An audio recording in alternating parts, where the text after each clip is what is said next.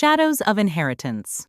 The air in Manhattan on the day before American Thanksgiving 2025 usually crackled with the frantic energy of last-minute luxury shopping and the promise of excess. For me, Sophia, it was supposed to be the triumphant arrival at my new life. Instead, it felt like stepping into a mausoleum of polished chrome and shattered expectations.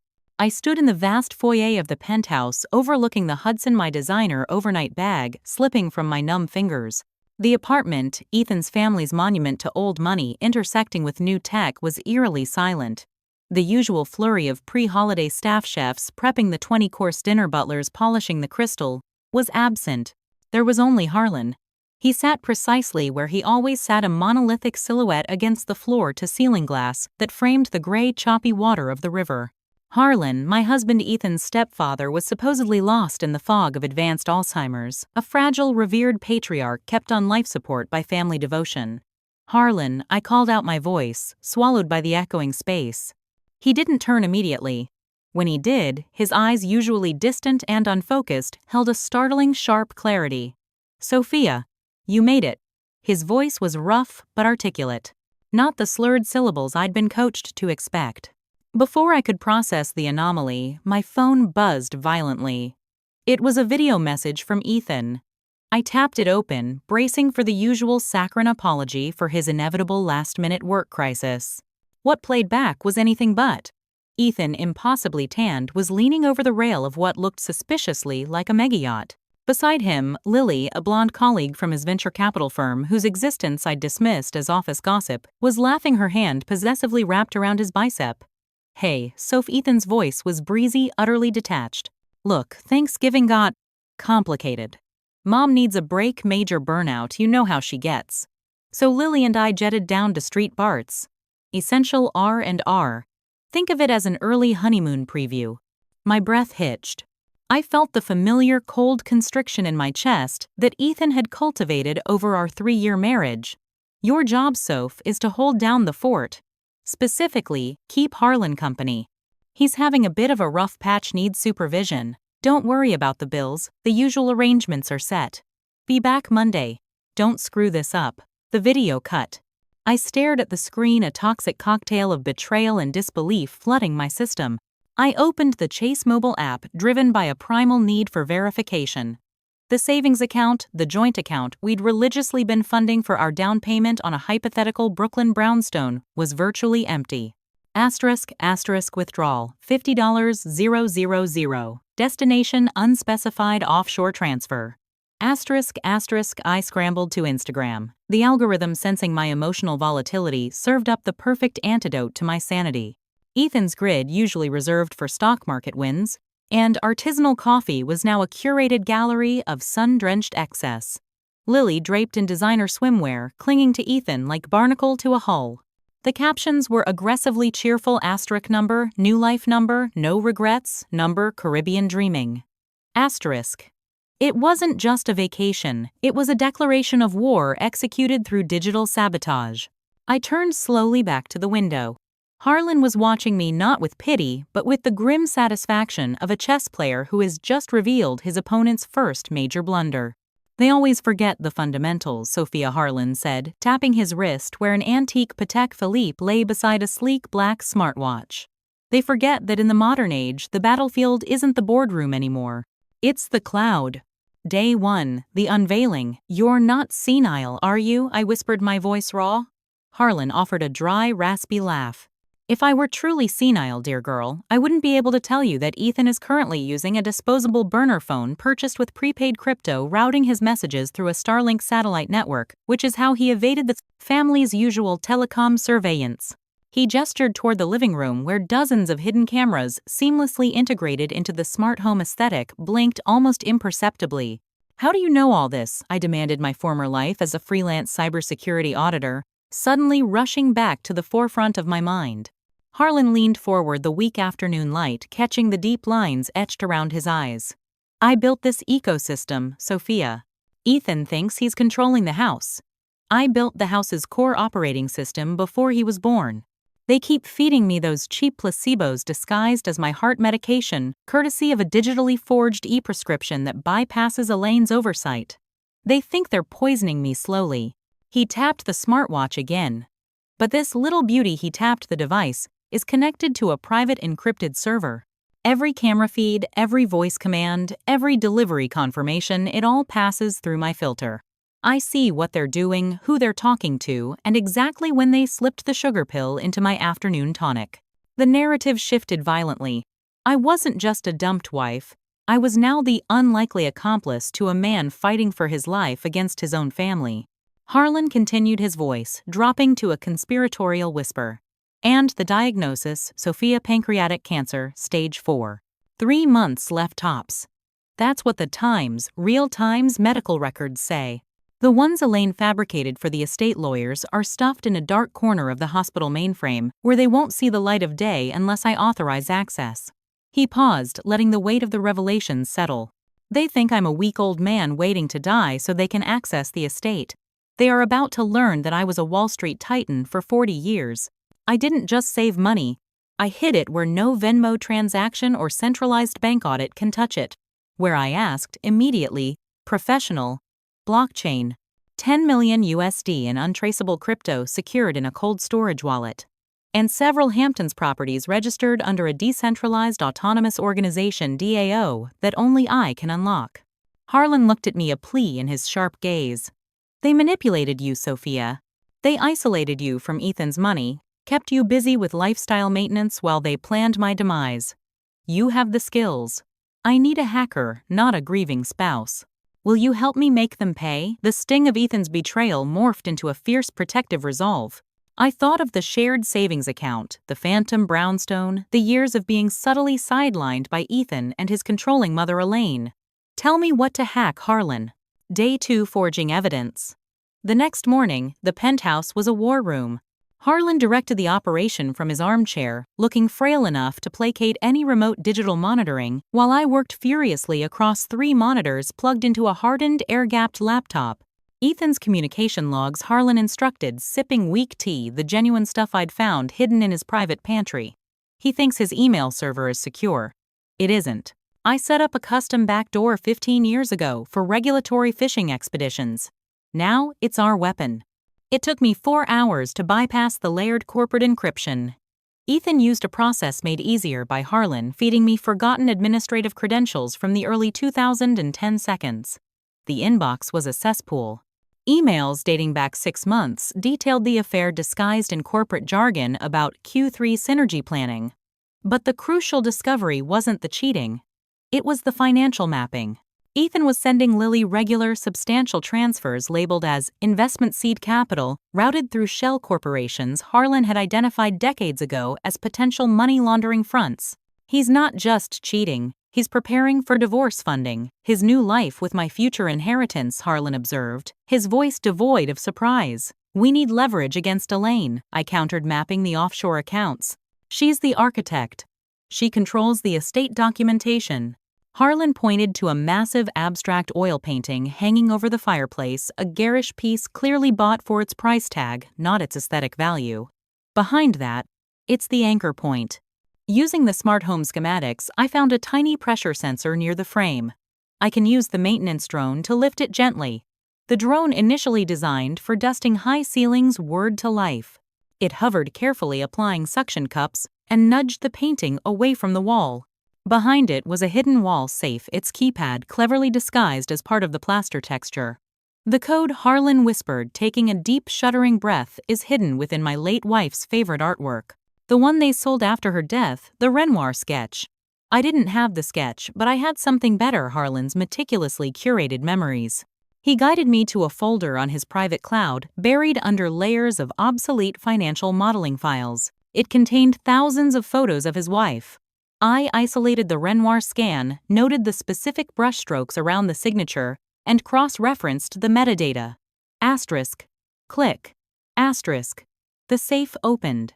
Inside wasn't cash. It was a single high-capacity USB drive flashing a proprietary encryption light.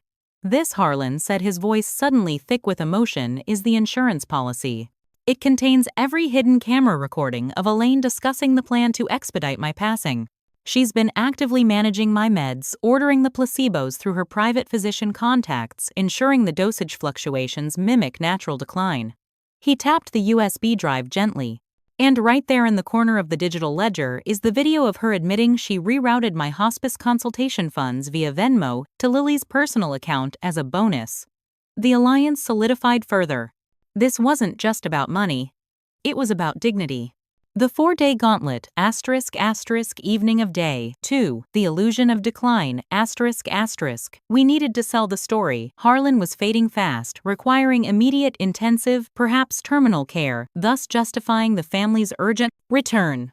We need a convincing hospice drone, Harlan mused, looking at the various delivery drones currently sitting in the service bay.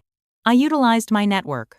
A quick, untraceable transaction to a specialized drone mechanic in Queens secured us an external shell, a decommissioned medical delivery unit. I programmed its onboard AI to mimic the telemetry of a legitimate high-end hospice service. We'll make it look like they're monitoring his vitals remotely, I explained. I'll broadcast a fake erratic EEG signal directly to the hospital's external monitoring system, a system Elaine bribed a technician to install for her. As the drone took off from the roof, broadcasting its manufactured distress signals, I started my next move, sowing chaos in the digital neighborhood.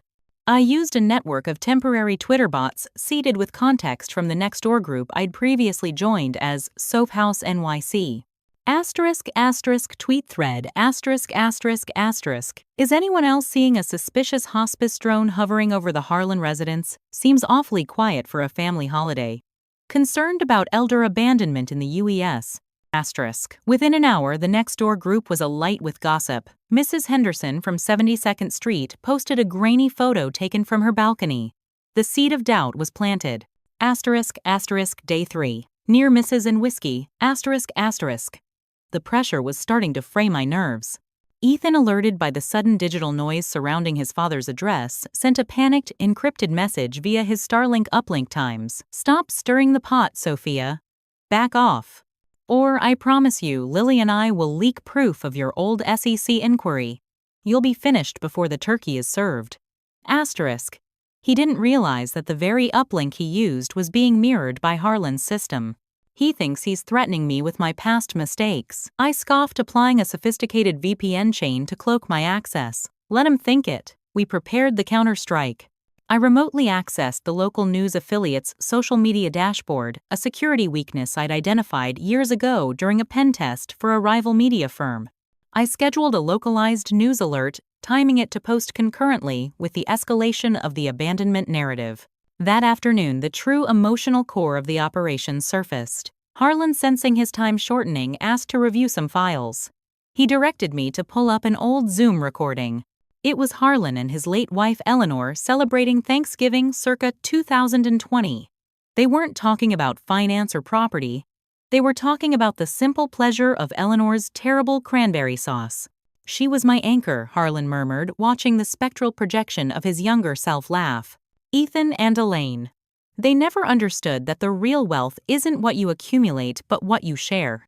I poured 2 generous measures of a 50-year-old Macallan from a bottle I'd retrieved from the safe, a whiskey Ethan thought too valuable to even know existed. To Eleanor I toasted, raising the glass to the faint hologram. To Eleanor, Harlan replied, his eyes watering for the first time since I arrived. And to you, Sophia. A partnership forged in betrayal. Suddenly, the apartment's security system blared a piercing localized alarm. Red lights flashed near the service entrance. They know, Harlan gasped, clutching his chest. Elaine is actively fighting the fake hospice feed. She must have ordered a physical check. Elaine, panicking, had bypassed the standard security protocols and engaged a private investigator, a former NYPD detective, now operating through Uber's contractor network to physically confirm Harlan's condition. Go, Harlan urged, shoving me toward the service stairwell. Take the burner phone and the USB. If they find you here, they'll destroy the evidence and claim I had a sudden, acute mental decline. I grabbed my keys.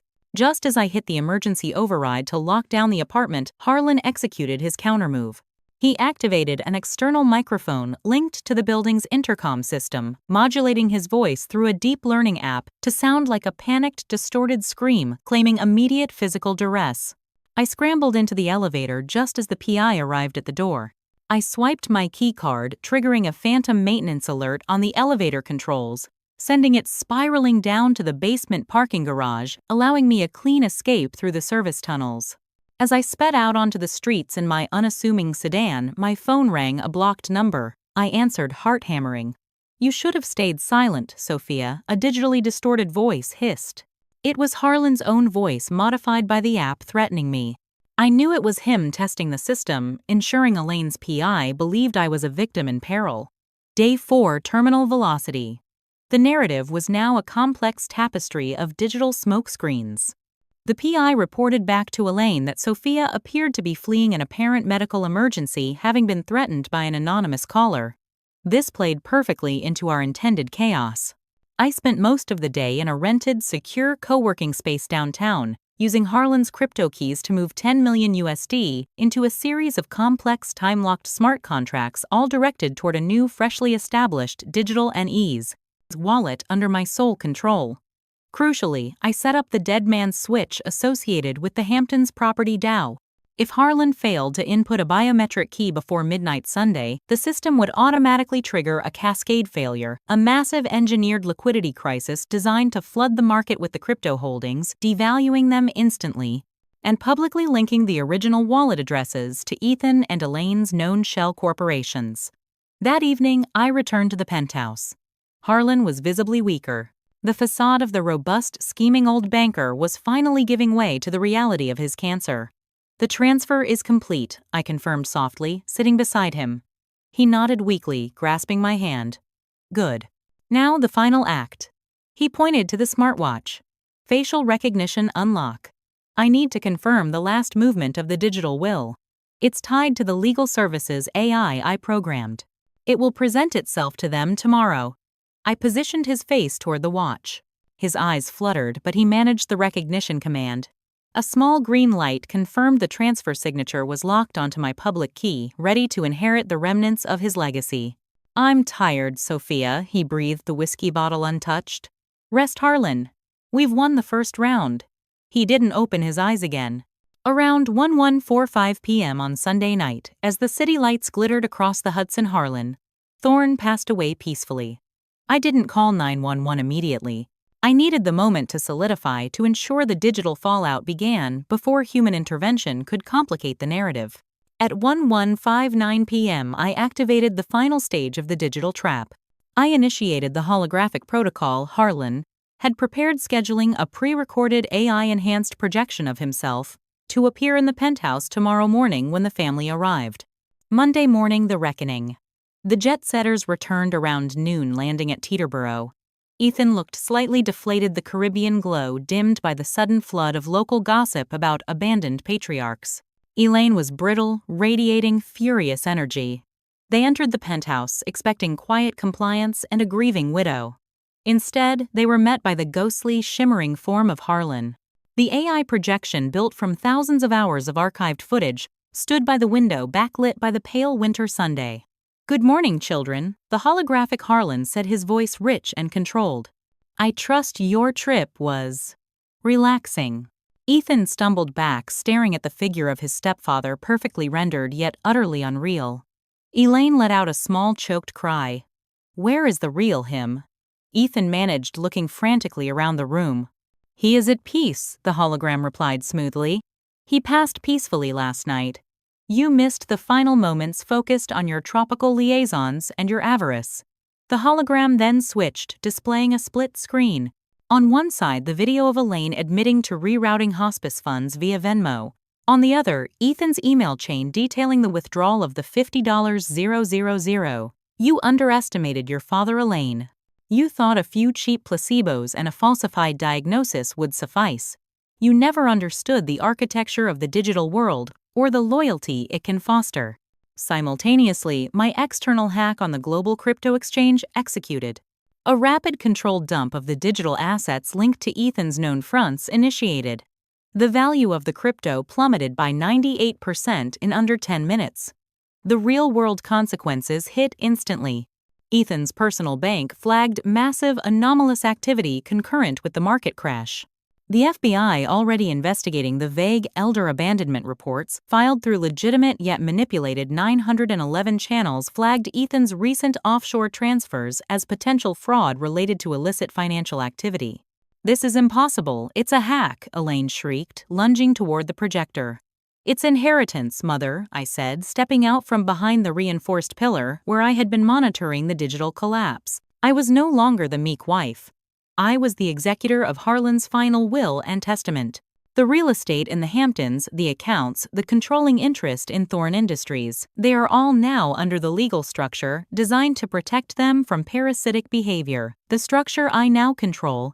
Ethan, his face draining of color, pulled out his phone, likely intending to call his lawyers, but only managed to trigger a notification on his own device, a highly customized malware I'd slipped onto his phone during my initial database access.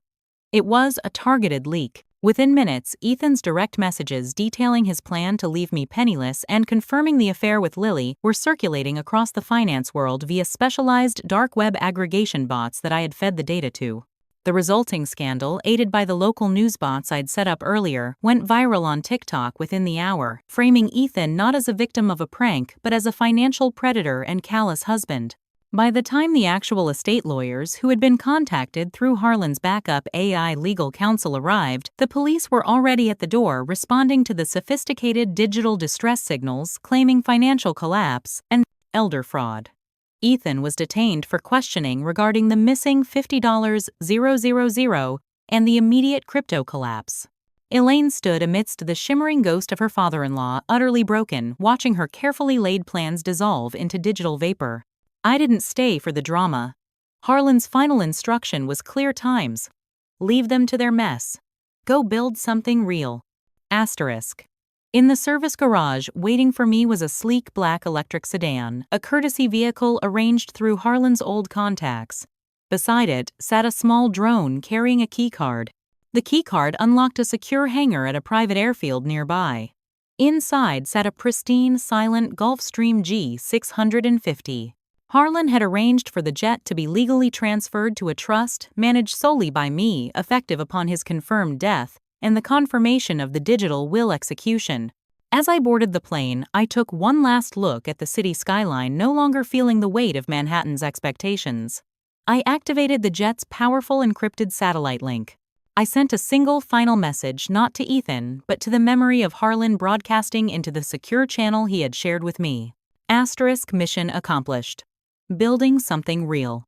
Asterisk, the shadows of inheritance had retreated. I was no longer Sophia, the supportive spouse. I was the inheritor of a digital empire, using the very tools of modern betrayal to fund a future built on resilience and earned freedom. The sky above the Hudson, finally clear of storm clouds, welcomed the ascent of my new life. She thought she married into wealth, until she found the code that changed everything.